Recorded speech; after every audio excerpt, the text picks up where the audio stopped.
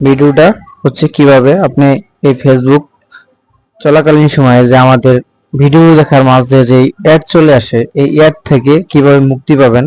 আর এই অ্যাডটা কিন্তু খুবই বিপজ্জনক।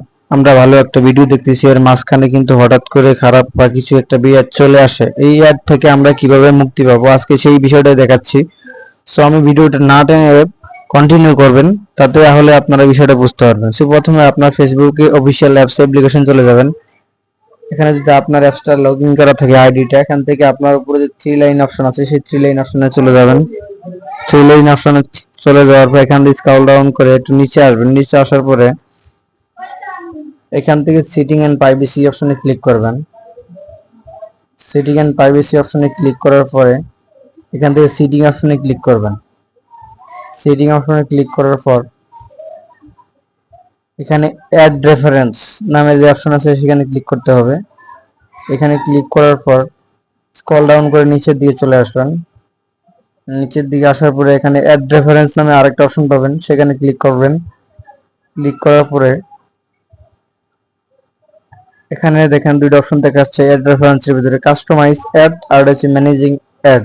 এই কাস্টমাইজিং অ্যাডের এখানে ক্লিক করা যাবে না, সো আমরা ম্যানেজিং অ্যাডে ক্লিক করলাম। ম্যানেজিং অ্যাডে ক্লিক করার পরে এখানে কিন্তু ক্রাইটেরিয়া দেখাচ্ছে, যেমন এটা কিন্তু ভালোভাবে বুঝতে হবে।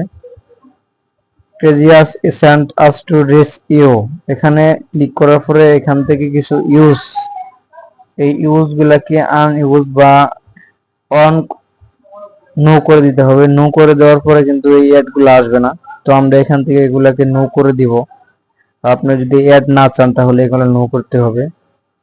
দ্বিতীয়ত হচ্ছে স্ক্রল করে নিচে আসবেন। নিচে আসার পরে এখানে Android side dress media support, এখানে কিন্তু রিমুভ করে দিবেন। এগুলো রিমুভ করে সেভ করে দিবেন, তাহলে কিন্তু আপনার ভিডিওতে কোনো অ্যাড আসবে না।